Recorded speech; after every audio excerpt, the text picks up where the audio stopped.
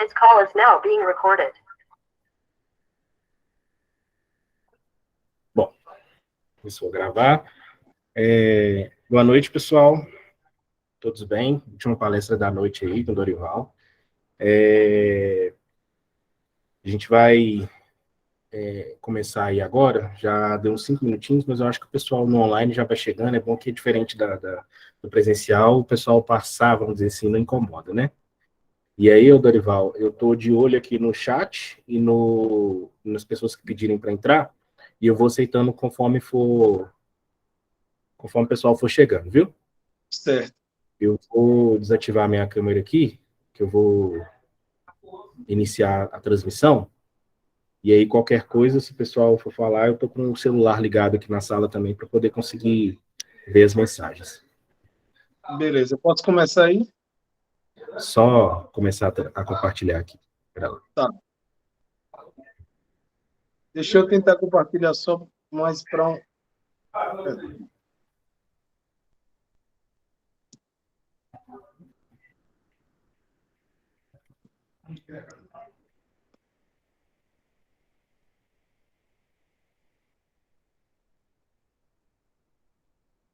Me confirma aí na hora que vocês estiverem vendo, tá?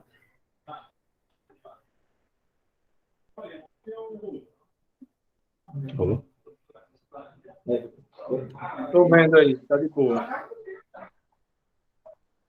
Beleza, então. Ô, Dorival, vou deixar você se apresentar aí, viu? Tá. Pode ficar Bom, à galera, vontade. boa noite. Seguinte, eu já vou pedindo desculpas, mesmo sem ter culpa, porque o que aconteceu aí, eu até filmei a tela para não parecer justificativa infundada, mas meu PC deu pau e antes do meu notebook dar pau, o meu HD externo deu pau e eu perdi tudo, velho. Aí, inclusive, projeto técnico para dar entrada na questão do criador lá, e tive que refazer, foi uma loucura só. E, paralelo a isso, essa semana, a gente recebeu as aves que estava esperando há meses para receber, né, para o criador. E aí, quando o Renan me chamou para a palestra, o computador ainda funcionava, eu disse, não, beleza. Aí, quando foi ontem, antes de ontem, eu mandei para ele o computador sem ligar, e eu disse, ó, velho, ferrou, precisa de slides. Ele disse, é bom. Aí eu disse, e agora? Aí ele acabou que eu pedi a um amigo meu. Então, esses slides que vão passar aí é de um amigo meu, certo? Da empresa dele, que é semelhante à minha, mesma atividade. E aí o Renan fez o favor aí de alterar, botar a minha empresa e tal. Mas, inclusive, a gente não ia ter slides, se é que é a preferência de alguns. Mas vamos lá, meu nome é Dorival Lima, eu sou biólogo e falcoeiro. E e vocês estão, ô Renan, aparece aí, por favor. Tá ouvindo, Renan? Essa galera, Tô. ela tá entrando agora no curso de biologia da universidade. Que universidade? O pessoal aqui é da UFOP, FOP, certo. todo mundo aí de diversos períodos. Ah, não é a galera que tá entrando, não, né? Tá misturado. Não, não, é geral. Ah, beleza, então. Então, galera, eu sou formado pela Universidade Estadual, lá no bannerzinho, o Renan colocou até federal, mas besteira. E eu vou falar, eu não sou muito acadêmico, né? Eu sou mais pro lado empreendedor, apesar de que na atual geração, muitas vezes, o empreendedorismo lidando com animais silvestres nativos ou silvestres exóticos, tá muito... galera, o pessoal tá ligando muito à exploração animal, aquela coisa toda, né? É uma tendência mundial, né? A gente humanizar os animais e acreditar que o que a gente pensa, eles estão pensando também. Mas, vamos lá. Essa minha empresa, ela é a primeira do Nordeste, a terceira do país.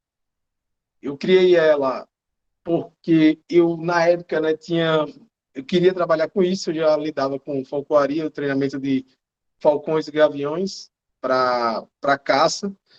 E, na época, tinha duas empresas só, né? Uma no Rio Grande do Sul e uma e uma e uma no Sudeste.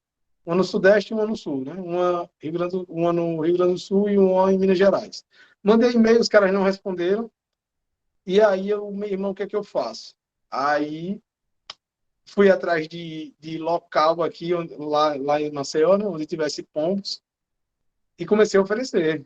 E aí, no meio da negociação ali, que eu vi que poderia sair, eu fui no contador, pedi para abrir empresa, e em 2012, a gente, durante o processo de 2011 para 2012, a gente, junto ao Porto de Maceió, conseguiu fazer com que saísse uma licitação. E aí, óbvio, na época não existia concorrência, né? E aí a gente. Existiam essas duas, mas os caras não faziam questão de pegar, né? Eles eram do Sudeste e Sul, não fazia questão de vir para um porto aqui, seria. A logística seria impossível para a época. Por quê? Porque não tinha mão de obra qualificada, né? Hoje é muito fácil, o Renan até trabalhou com a gente, hoje é muito mais fácil trabalhar com controle com folcloria, porque você anuncia lá, e diz, ó, tal, sei lá, vamos lá, Rio de Janeiro, o salário é tanto, tem que ter CNH, e aí aparecem pessoas interessadas e a gente acaba contratando. E na época não. Então, a gente ganhou a licitação, na primeira não teve concorrência, na segunda acabou que uma empresa de controle de pragas geral dessas normais tentou entrar, mas perdeu. Enfim, então, desde minha vida profissional, ela até hoje eu vivo dessa empresa, né? Eu tenho outros dois negócios também né, que é um venda de cursos online de folcloria, que tem a ver com folcloria, óbvio, folcloria em voo livre, né? E o outro é agora um criador. Então, mas o que me sustenta é esse trabalho aí de controle de fauna com folcloria. Então, deixa eu estou lendo aqui, sócio do criador Aleto Rápido, é o criador que a gente recebeu as aves agora, o criador tem 1 ano de licenciado, criador do primeiro curso online de folcloria, e eu sou também um dos autores do primeiro livro de folcloria aqui do Brasil. É o primeiro e único até hoje, para você ver como a gente tá devagar aí na produção, né? E, dentre outras coisas, eu fui vice-presidente aí do grupo de trabalho da Associação Internacional, o vice-presidente aqui da América Latina, numa época que eu dizia, não, vamos botar essa coisa de folclore para frente, e aí me entreguei muito, só que quando você trabalha de graça, rolam várias decepções, né? E aí meio que eu saturei, fui presidente da Associação Nordeste Folclore por 4 anos, 2 mandatos, e por aí vai. Então, sempre muito ligado a essa questão de folclore. Passa aí, por favor, Renan. Eu não queria nem botar a questão de história da folclore para não ficar enfadonha essa apresentação, né? Mas a folcloria, ela foi reconhecida pela Unesco em 2010 como patrimônio imaterial, né, algo intangível da humanidade. E o Brasil, tipo assim, vamos lá. A caça no Brasil, ó, pessoal, é ruim falar sem ter um feedback, mas vou me concentrar aqui. A caça no Brasil, ela é, ela é condicionada, certo? O que seria isso? A caça esportiva ou a caça em si. No Brasil, você pode caçar se for atrelado à questão de controle, ou seja, você não pode caçar por caçar. Isso eu estou falando de caça. Só que não existe uma proibição para a folcloria, que seria a caça utilizando aves de rapina, né? Mas tudo que a gente faz em relação à folcloria, oficialmente, a gente faz utilizando no caso, se for para controle de pombos, uma legislação, uma instrução normativa do IBAMA, e se for para controle de fauna silvestre, né, nativa, aí a gente utiliza outra legislação. Mas, geralmente, a gente está submetido a, né, o peso da burocracia aí do Estado, e não tem como correr. Então, no Brasil, deixa eu ver o que ele está falando aqui, estou de óculos já para ler. Específica é uma prática que teve eficácia comprovada sendo usada em controle de fauna. Tá, beleza. Pode passar Pode passar.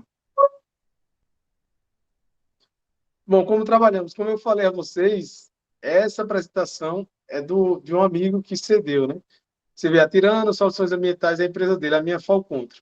A legislação que a gente trabalha é a IN 141/06, do IBAMA, que essa legislação, ela instrui a questão de fauna sinantrópica nociva, né? Fauna sinantrópica é aquela fauna que depende do ser humano, que está atrelada ao ser humano ali, para poder, tipo assim, se beneficia dele, né, e vive ali, que é o caso dos pombos e outras espécies. Só que nessa hiene, os pombos estão na mesma linha dos ratos e camundongos. Só que culturalmente a gente acha o pombo né, de Jesus Cristo da Bíblia e o rato do Satanás, né? Então a gente aceita que dê veneno para rato, que o bicho morra agonizando, chorando, tô com hemorragia. E o pombo já é outra coisa. Apesar de que nós temos muita sorte que a galera. Eu tinha muito medo no começo. Falar a verdade. No começo eu tinha medo e o pessoal perguntava: e aí, o que é que faz com os pombos quando captura? Eu dizia: não, a gente troca tal. Só que depois eu disse: pô, se a galera não souber o que se faz realmente, a gente nunca vai ser aceito. Né? Porque como é que vão aceitar algo que não sabe o que é? E aí a gente começou a falar abertamente: não, os pombos são capturados, pode se tirar vivo, né? Porque a gente não vai deixar o rapidamente matar, porque como a gente utiliza mais o gavião asa de telha, e eu não sei se vocês sabem, ou você, eu vou falar para você, uma pessoa. Eu sei que tem várias, uma que sabe e outra que não sabe. Não sei se você sabe, mas os gaviões matam como se fossem facas, né? Enfiando as unhas na presa. E demora. Se for um pombo e ele não pegar no ponto vital, ele vai demorar a matar. Então, pela questão de ética, na falcoaria, a gente abate o mais rápido possível a presa, e o pombo, nesse caso, é a presa. Então, muitas vezes a gente já abate ali.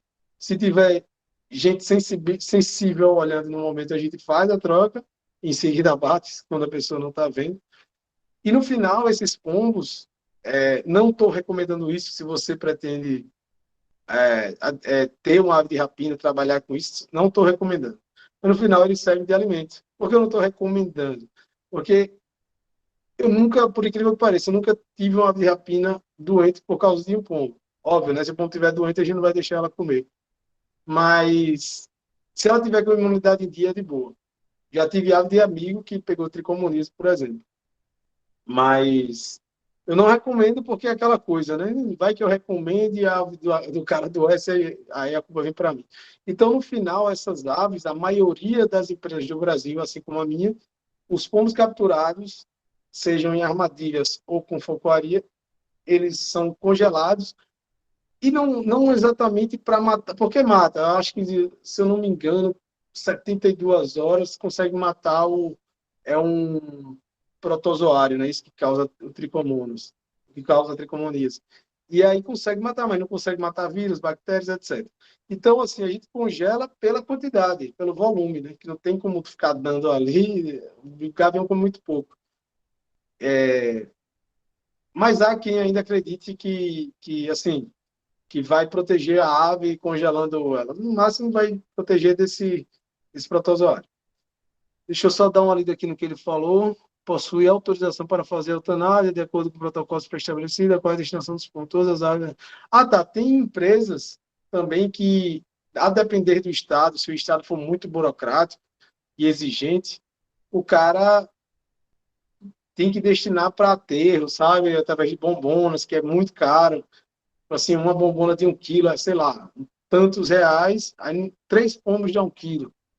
E aí, ao invés de ser uma atividade sustentável, se torna uma atividade altamente custosa, né? Mas são coisas que quem lida com essa parte de meio ambiente acaba tendo que enfrentar. Mas, graças a Deus, Alagoas, Rio Grande do Norte, os estados que a gente já pegou, aceitaram que as presas, no caso de sinantrópica nociva, sejam destinadas para alimento dos rapinantes.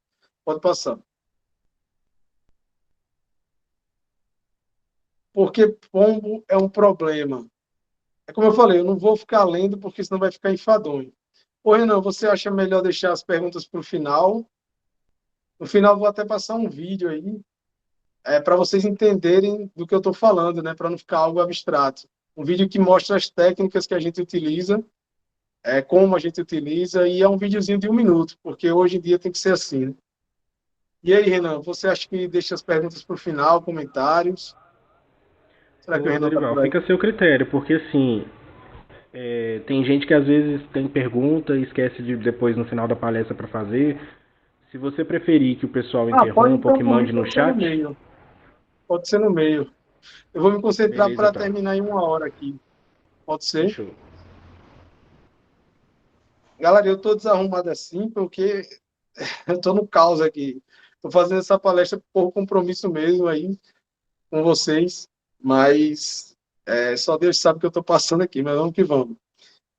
Então, por que fazer controle de pombos? Vamos lá.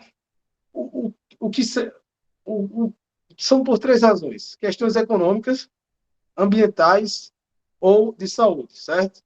Então, questão econômica, o que seria? Está dando prejuízo financeiro para uma empresa, seja porque ela não consegue adquirir, ter um ISO lá, um certificado, porque aqueles pombos, né, que são considerados fauna centrópica nociva, são considerados animais nocivos, estão lá e não pode ter lá, seja por isso econômico.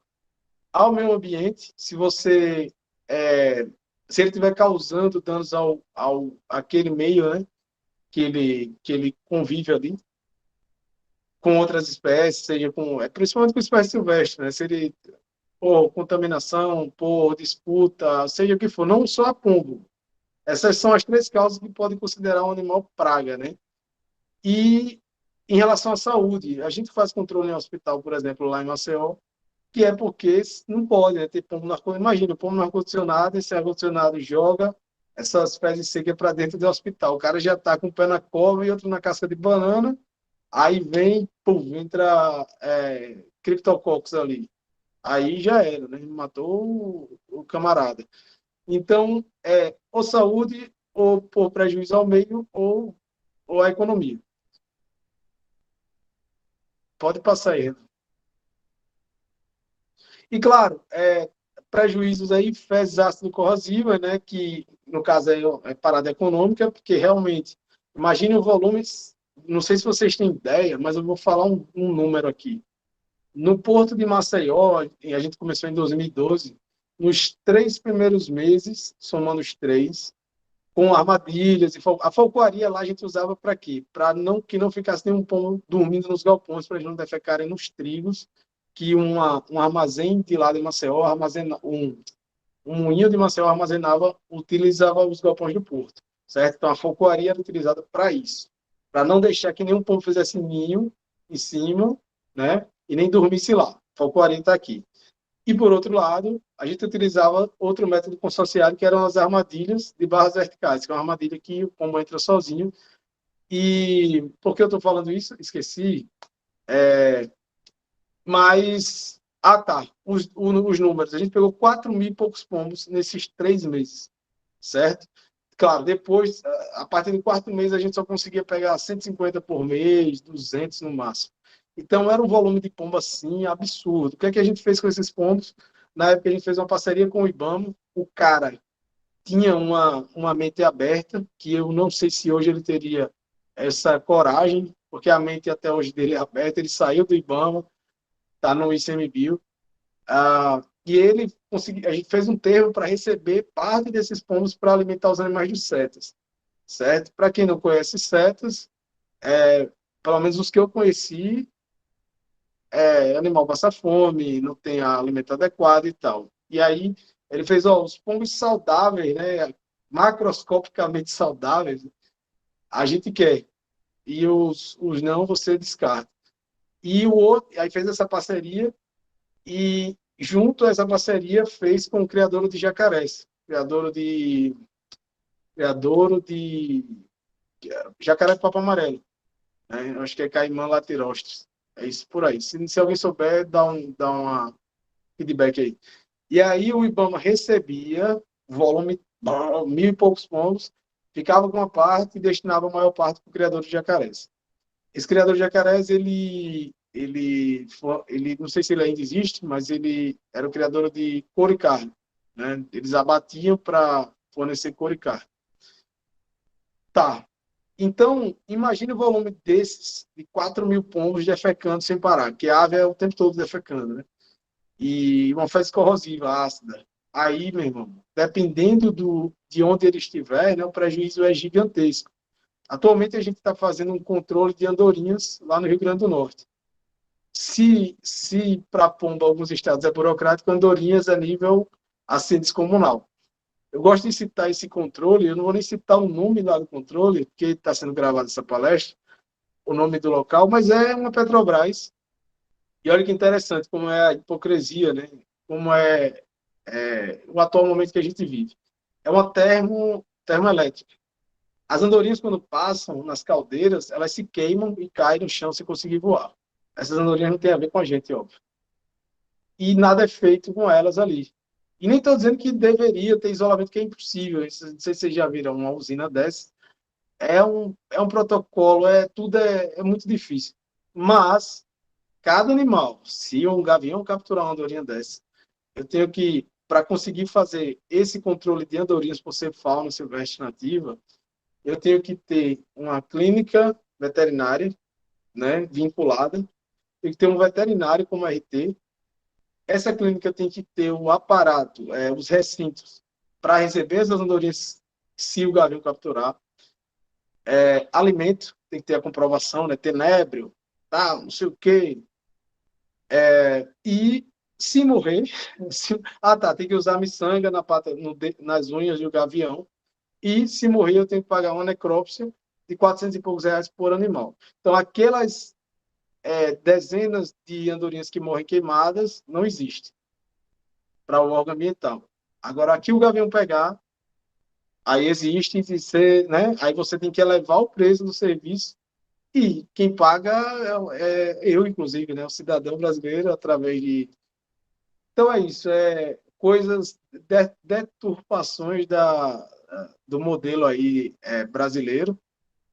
Não sou bolsonarista, eu sei que deve ter bolsonarista, mas está parecendo que eu sou bolsonarista, né, falando isso. Mas não, mas é deturpação porque não tem sentido, né? O gavião pega uma, duas na noite, enquanto as caldeiras queimam várias e ali não existe. Ali está de boa. 50 por noite está de boa. Duas, tem que fazer tudo isso. Que, pô, a logística é absurda, os gastos são absurdos. Mas é o que é. É a vida, é assim como ela é. Quem quer empreender tem que estar submetido às regras do Estado. Passa aí, por favor. Prejuízo fiscal. Empresas no Brasil de pombos podem ser multadas. Tá. Boa. Essa foto parece até com uma foto minha, mas essa não é minha. É muito parecida. Isso aí provavelmente é trigo. Eu tenho uma foto dessa num galpão lá em 2012, que foi uma das formas que eu consegui para fazer com que essa licitação saísse. Que eram centenas de pombos em cima dos trigos, comendo e defecando, e esse trigo, óbvio, ia para o moinho da empresa lá para processar e virar farinha de trigo e virar o pão de cada dia. Então, na época, o Porto tinha sido multado em 60 mil naquele mês, né, por conta disso, porque a Anvisa lá é dentro do Porto. Então, seja por certificação, seja por obrigação, por exemplo, no caso de portos, tem que haver controle, né? Tem uma instrução lá deles, que tem que haver controle de rato, tal, e de pombos. Quem é que faz controle de pombos no Brasil? São as empresas de folcloaria. E não é à toa. Consideram um serviço muito caro, né? Porque é uma mão de obra especializada, e porque criou-se a cultura de as primeiras empresas colocarem um valor justo, né? Porque é uma mão de obra qualificada, muito, muito específica, especialista, e até hoje se mantém. Óbvio, às vezes uma empresa ou outra prostitui ali, mas faz parte do jogo, né? É isso, concorrência é isso. Às vezes o cara pensa, não, vou meter o preço mais baixo para ganhar da outra, e acaba que ele toma prejuízo. Às vezes não, às vezes ele tem a sorte de não tomar prejuízo. E aí, esse é um exemplo. Aí, as empresas que armazenam grãos têm que ter controle. Óbvio que, como tudo na vida, às vezes eles burlam o sistema. Eles metem uma armadilha lá e diz, aqui, está tendo controle. Pega uma empresa normal dessas de controle de pragas, bota uma armadilha, o controle não existe, né? E o processamento do trigo, às vezes, consegue... vocês devem saber disso, né? Existe uma porcentagem aceita pelos órgãos fiscalizadores de pelo de rato, tem uma porcentagem X. Por exemplo, no café pode ter tantos por cento de milho, não tem essas paradas, a mesma coisa tem aí. Então, obviamente que os caras não vão, não vão fornecer o trigo in natura para o ser humano aí que está cheio de fezes, mas depois de processamento há essa possibilidade, né? Pode passar. Existem outros métodos, espículas, anti-alinhamento. Então, essas espículas aí, elas até... É porque essa da foto, óbvio que o meu amigo aí estava vendendo o peixe dele, mas óbvio que tem espículas que funcionam, né? As que não funcionam são as ruins. Há espículas que funcionam de forma que, para evitar que o pombo pouse naquela área. Então, por exemplo, um hospital que a gente faz controle desde 2013 aqui, tem que ser controle contínuo, tá? Tem controles que são temporais, né? É limitado 1 mês, 3 meses, 6 meses. E tem controles que são intermitentes, são contínuos. O Porto é um, esse hospital é outro. Por quê? Porque eles têm acesso livre, tipo assim, no caso do Porto tem comida o tempo todo, né? Que é trigo, cevada e aí vai. Então não tem como acabar, tem que controlar, né? Já tem locais que é um galpão fechado, você capturou todos que tinha ali e acabou. Né? Os pombos que existiam ali são pombos que nasceram ali, já né, estão ali há décadas, o filho do filho do filho, e vai, e eles vão ficando. A partir do momento que você acaba com aqueles e eles veem o predador ali, outros nunca mais entram. Assim, nunca mais não, mas passa um ano sem entrar. Então, né, nesse hospital aqui, que eu estou exemplificando, essas espículas lá são instaladas nos beirais onde os pombos pousavam. Por que eles instalam isso? Porque visualmente você vê o pombo lá no beiral e diz, pô, um hospital tem pombo. E não tem como... É um hospital no centro da cidade. Para a gente é muito arriscado, principalmente se o gavião for atrás do pombo e capturar na rua. A gente já passou alguns episódios que até hoje não se concretizaram em fatalidade, mas o gavião capturar a presa, o cara veio pegar um pau porque a gente tem aquela coisa, né, no inconsciente ou até no consciente que predador é do mal e a gente tem que salvar a presa ali das garras do Satanás. Pode passar. A verdade sobre os métodos baratos, repelente, tinta, cola, aplicação de objetos em movimento ou brilhantes. Vamos lá. Repelente eletrônico não funciona, isso aí não é propaganda, eu não faço questão nenhuma de fazer propaganda. Renan sabe disso, ele acompanha. A gente está até reformulando junto ao Sebrae aí, mas não por essa via. Mas esse repelente eletrônico não funciona. Fica... Tá até aí o pombo dormindo em cima do repelente. Eles alegam que é um sinal sonoro que incomoda o pombo. Incomoda no primeiro dia. Pombo, meu irmão, o pombo ele fica dentro de indústria.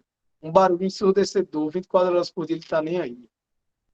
Cola, tinta, gel repelente. O gel, ele funciona por alguns poucos dias. Ele vai pousar, o gel, o que é o gel repelente? Não sei se vocês já viram. É uma gosma que o pombo pousa e se sente incomodado. Imagine, você vai sair da sua casa e tá uma gelatina no chão. Você diz, puta merda. Vou pegar uma bota, né? O pombo, como não tem bota, ele, meu irmão, vou pousar naquele lugar, não. Mas aí, dia após dia, a poeira vai chegando ali e vai diminuindo essa pegajosidade, se é que existe essa palavra. E aí, ele começa a acostumar. O pombo é muito fiel ao local que nasceu, muito. Por isso que existe até hoje pombo-correio, né? Que é a mesma espécie, só que é uma raça, é uma seleção para que haja competição e os bichos voltam para o lugar que nasceu. São muito fiéis. Então, não é um repelente, uma gosminha no pé dele que vai fazer ele ir embora. Ele se incomoda e vai dando um jeito até que a própria sujeira do pé dele e a poeira do ambiente acaba fazendo com que ele volte ali ao normal. E a aplicação de objetos em movimento ou brilhante é o famoso efeito espantalho. Eu não pedi para seguir, eu estou falando igual a metralhadora, velho. Eu fico agoniado com isso. Eu não pedi para vocês seguirem, mas ajuda aí, quem puder seguir, Dorival.biólogo. Eu até postei lá no meu Instagram o efeito espantalho, né? Eu tinha gravado um vídeo explicando por que o Falcão Robô não funciona sozinho. Falcão Robô imitando o Falcão mesmo, batido de asa, muito parecido. Porque ele não funciona.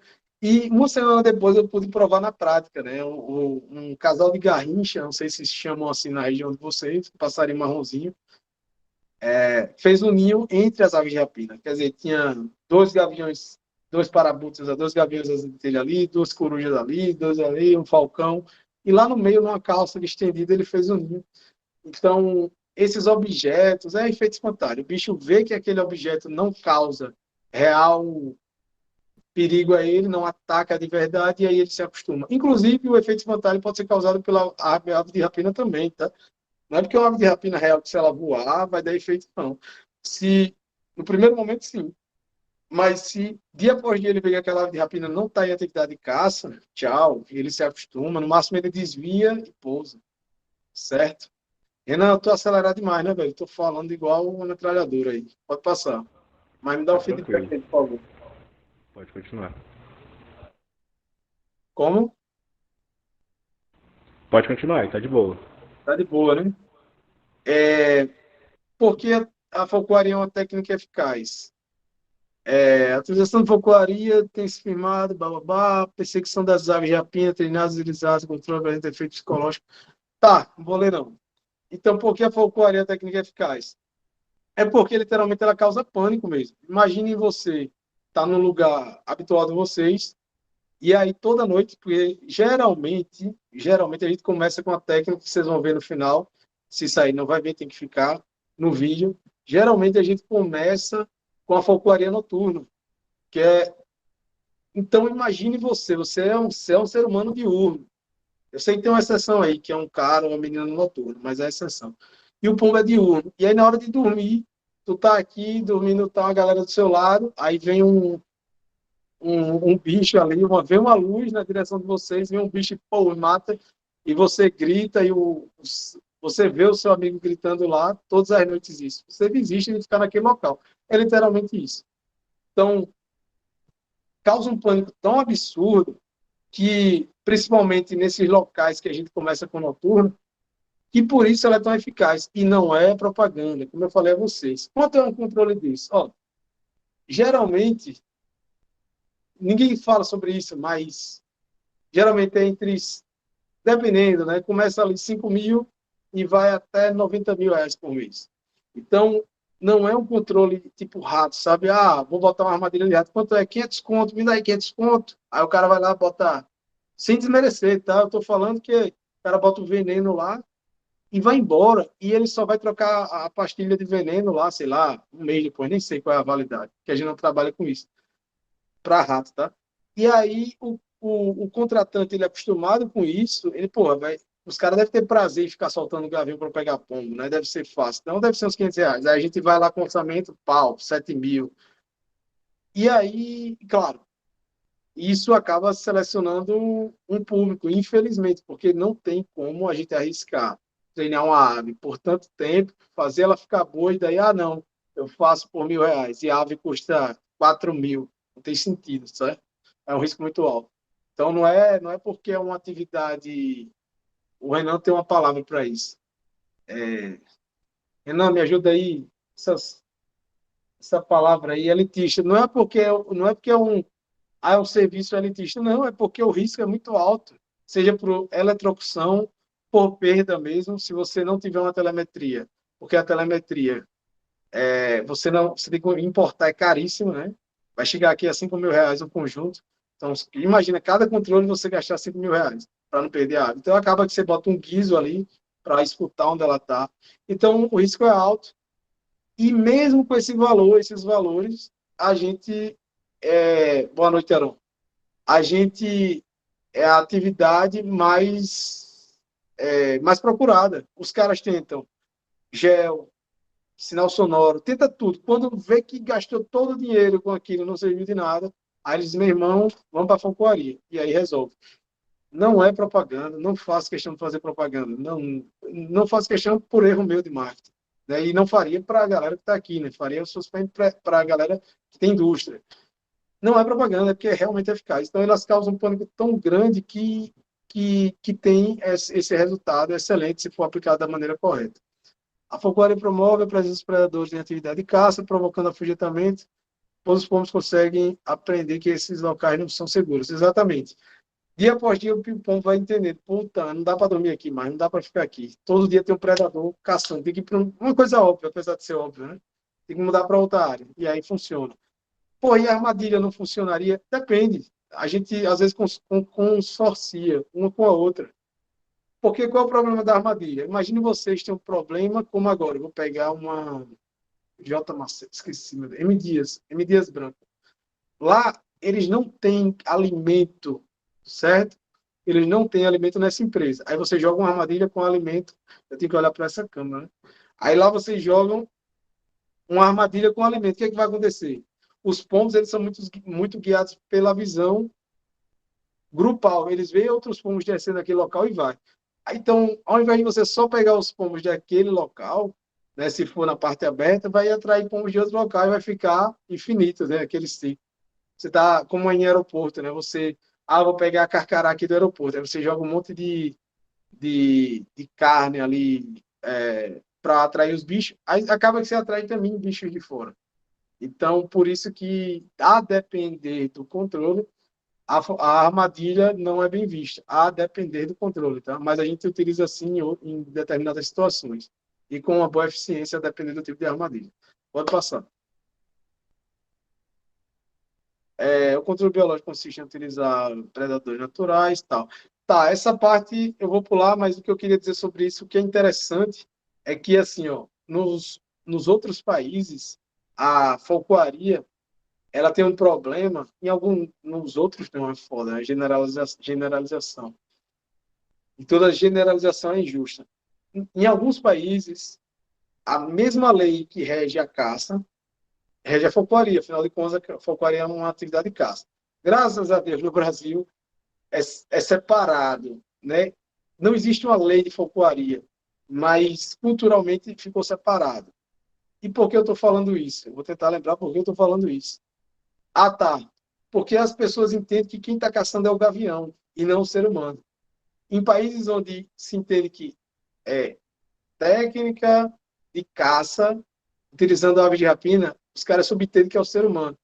E aí, em alguns países estão enfrentando problemas, né, com a utilização de folcloria. Esses problemas, não problemas reais ainda, esses problemas dessa galera, por exemplo, que quer proibir canil, proibir raça.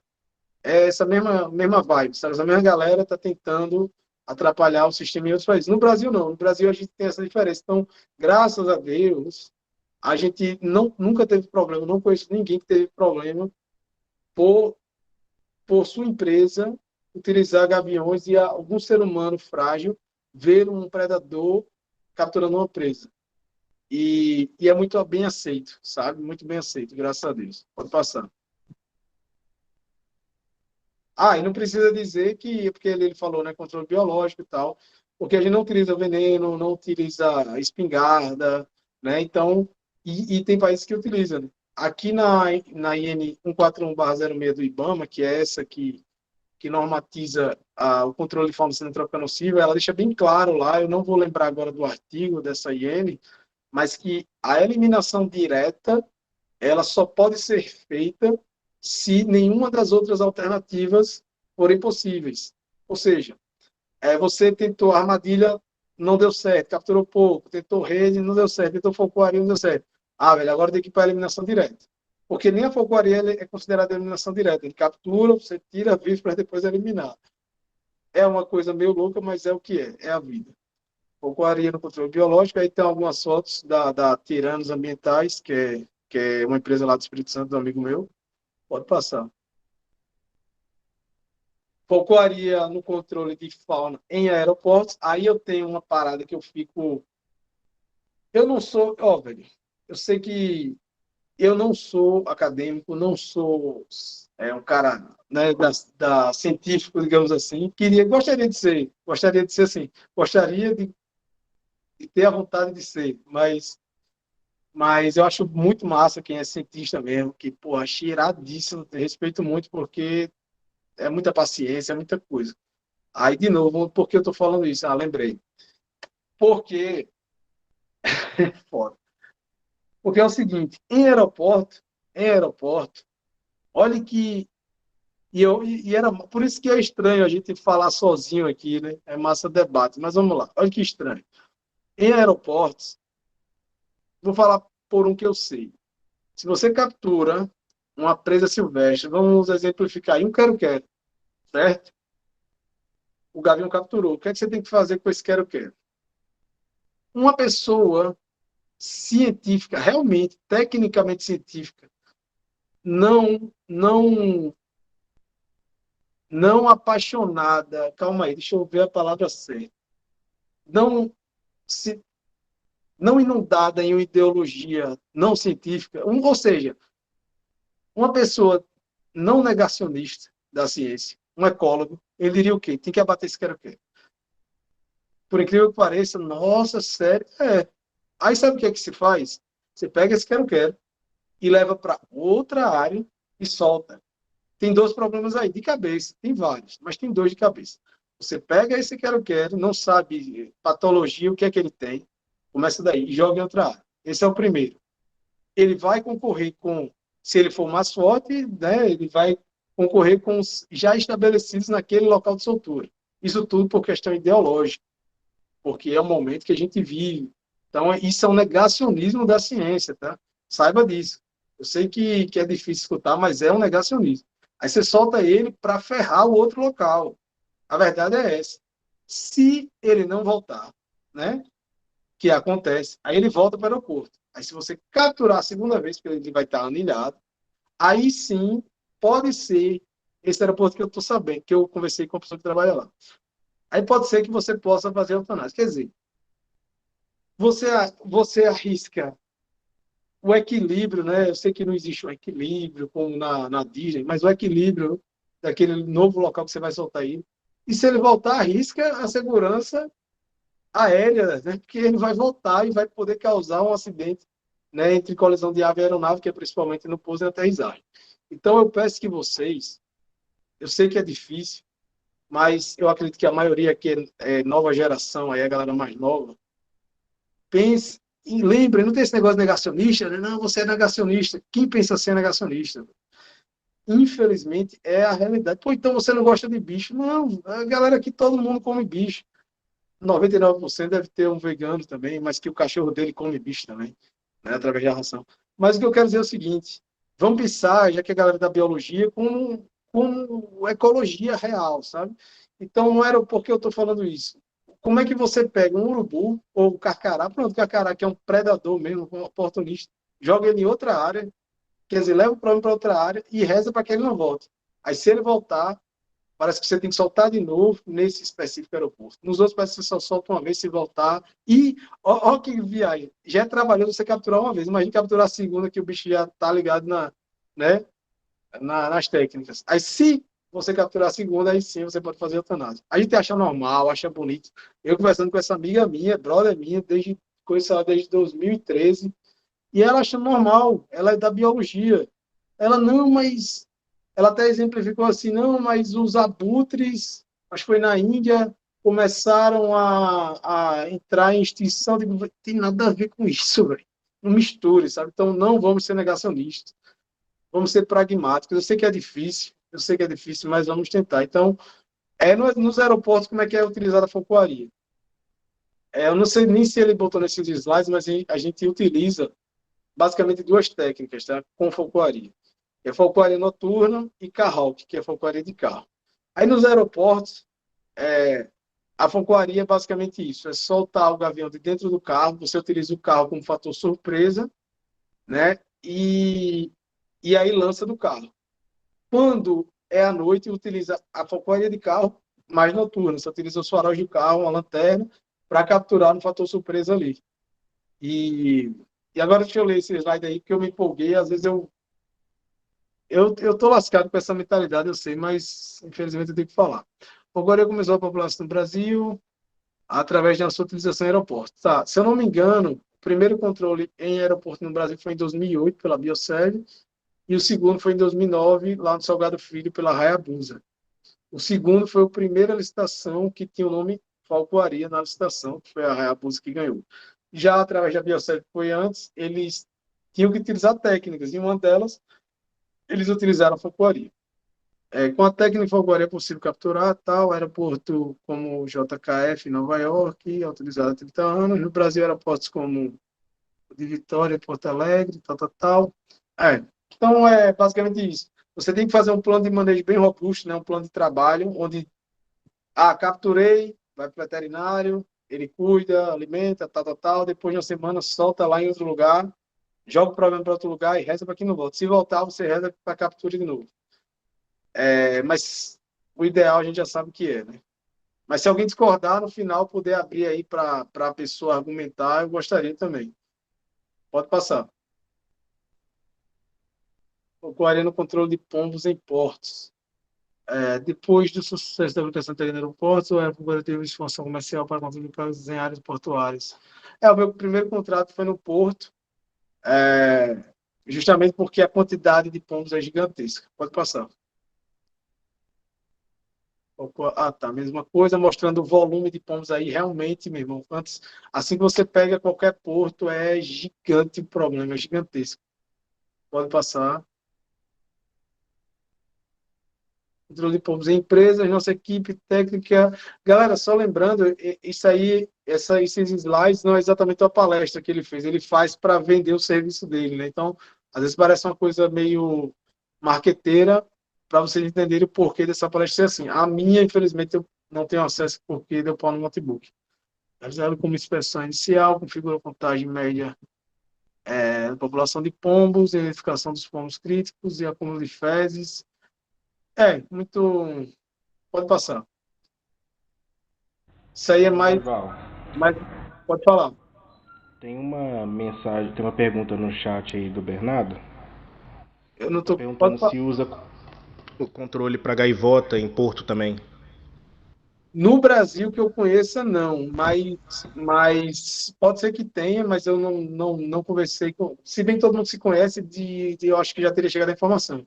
Mas é possível, sim. Lá em Portugal tem uma live, eu e a Joana, é uma portuguesa, que ela faz controle de gaivotas com parabuta.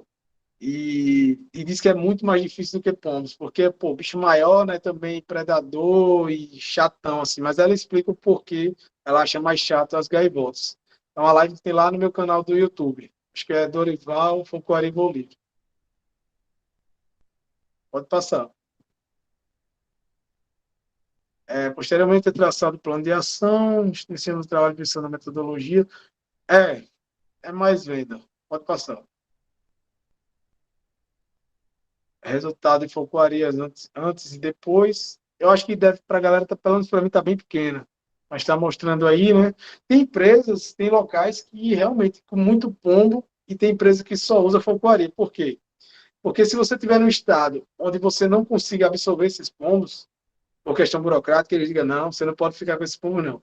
Aí é melhor você, tipo assim, contratar 2 funcionários para ficar 8 horas por dia lá, metendo pau com aí 4 gaviões, do que você não meter armadilha e não ter o que fazer com esses pombos. Porque se soltar 200 quilômetros, eles vão voltar. Né? Então, eu conheço uma empresa que até na situação dessa aí, utiliza, até hoje, né? Utiliza só Focoari por conta dessa burocracia. Pode passar. Aí mostra o antes e depois, venda de serviço, né, normal. Pode passar. Controle de pombos, resultados, pode passar. Renan Leite saiu. Não, não, é outro Renan. Controle de pombos, pode passar também. Esses antes e depois pode passar tudo aí. É só venda aí. Técnica de controle auxiliar. Tá. Essas são as armadilhas. São armadilhas que os pombos entram e é uma armadilha que trabalha sozinha. Né? Ele entra e não consegue sair. Então, você coloca ali no meio o alimento. Tem que ter água ali também, porque senão os pombos vão morrer de sede, óbvio. Mas eles vão entrando e não conseguem sair, né? Umas portinhas assim, ó. Cadê? Meu Deus.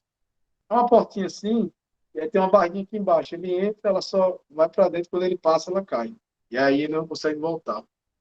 É a mesma portinha, se vocês tiverem curiosidade, que utilizam para pombo-correio, para eles entrarem no viveiro deles lá e não conseguirem sair. Pode passar. Não, educação ambiental, pode passar. Aí é uma propaganda da empresa. Bom, então acho que ele finalizou aí, né? Passa mais um para ver se ele finalizou. Ah, finalizou. Ele já finalizou. Bom, eu acho que é isso, né? Eu até tinha feito uns tópicos aqui. Deixa eu dar só uma olhada, Renan, aqui. Só para ver se faltou alguma informação importante. Galera, essa minha forma revolta de falar, às vezes, é porque quando toca em assunto, sabe, de órgão ambiental, sei lá, velho, de proteção, de humanização, às vezes eu dá um calor aqui na cabeça e eu começo a me empolgar. Legislação, plano de manejo, destinação, espécies, técnicas. Ah, tá. Vou falar aqui, pode ser que até seja pergunta, mas como eu não sei se vai ser, o que precisa para comprar um gavião desses, né? Atualmente nada, o que não, para os bichos não é bom, né? A gente, por muito tempo, as associações de falcoeiros, elas meio que faziam entender que para você comprar, você teria que estar pronto. Então, a gente ditava ali a regra do mercado, digamos assim, as associações. Eu digo a gente quando eu estava nas associações. Mas, com o tempo, né, a informação hoje em dia, tempo relâmpago, todo mundo sabe. Se você tem o dinheiro, vai lá, se o criador estiver disponível, você vai e compra. Né? O que não é bom, mas é a realidade atual. Para abrir uma empresa dessa, o que precisa? Uma empresa igual à minha. Os estados hoje, a maioria, ainda não exige licença ambiental. Por quê? Porque o pombo, ele está bem claro lá, está bem explícito na IN 141/06 do IBAMA. Não necessita de autorização ambiental por parte do IBAMA. Claro, o IBAMA nessa época era o que normatizava a questão de fauna. Como era fauna nociva, declarada nociva, de questão de pombo, tá? Aí não precisava de autorização. Mas agora os estados, agora já tem um tempo, os estados que lidam com a fauna. Aí alguns estados como Alagoas, que é o meu, eles pedem o licenciamento da empresa não por causa dos pombos, mas por você estar utilizando um gavião, que é fauna silvestre nativa. Então, por utilizar um gavião, fauna silvestre, você tem que licenciar a sua empresa, que você pode licenciar, no caso de Alagoas, ou como uma LAS, né, uma licença ambiental simplificada, ou como pode ser um criador comercial ou um zoológico. As três categorias podem realizar controle de fauna com uso de falcoaria. O que eu preciso para trabalhar como falcoeiro, o que eu indico, tá? É você não precisa ter experiência. Agora é bom ter uma CNH e estudar falcoaria, porque se você tiver um gavião mesmo, você já está com um passo dentro ali. O que a gente já anunciou, o Renan está de prova, de vaga de emprego para auxiliar, e ficou meses. Eu tirei até um dia desse aqui, lá para Goiás. E não tinha gente, não precisa de qualificação, era uma CNH e pronto. Se você tiver uma CNH, você já está um passo à frente, porque você vai aprender lá com a empresa. Se você tiver uma CNH e já estiver manejando um gavião, estiver estudando, aí matou a pau. Aí, para se tornar falcoeira, falcoeiro que eu digo assim, falcoeira tinha empresa, né, de controle de fauna, é muito mais fácil que falcoaria real no campo.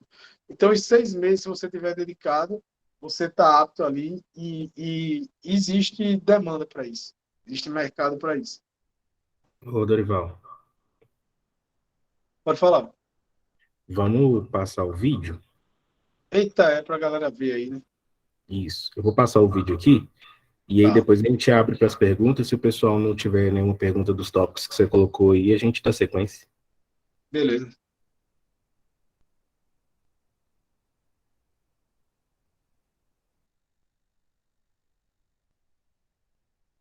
Não estou vendo o vídeo, não.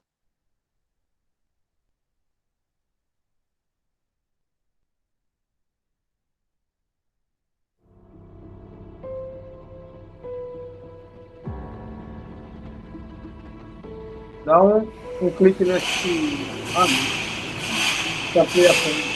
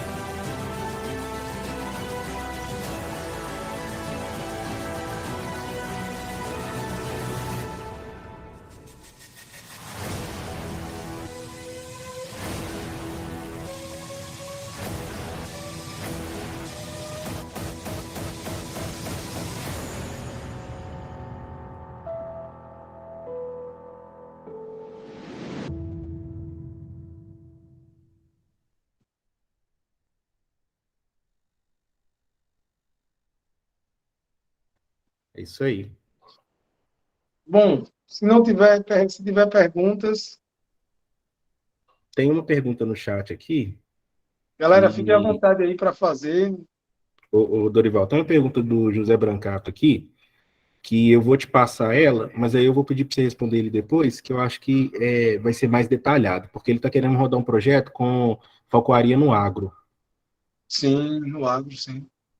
Aí, José, depois, se você quiser, dar uma chamadinha no Dorival lá no Instagram, aí ele te passa direitinho aí como que funciona. Esse mercado é gigante e ainda a gente não está atuando nele. Plantações de, por exemplo, de uva lá em Petrolina, de acerola lá no Ceará, sabe? E, e até empresas que fazem outros. A mesma empresa que já tem falcoaria em outro país, já procurou a gente, procurou outras empresas, mas não fechou ainda. Mas é interessante, velho. Só que pô, é mão de obra, muita ave, tem que ter uma logística muito, muito boa. Galera, tem alguém aí que tem alguma dúvida, quer aproveitar aí para poder fazer para A o galera tá Dorival? dormindo aí, velho. E tu, Renan, tem alguma dúvida?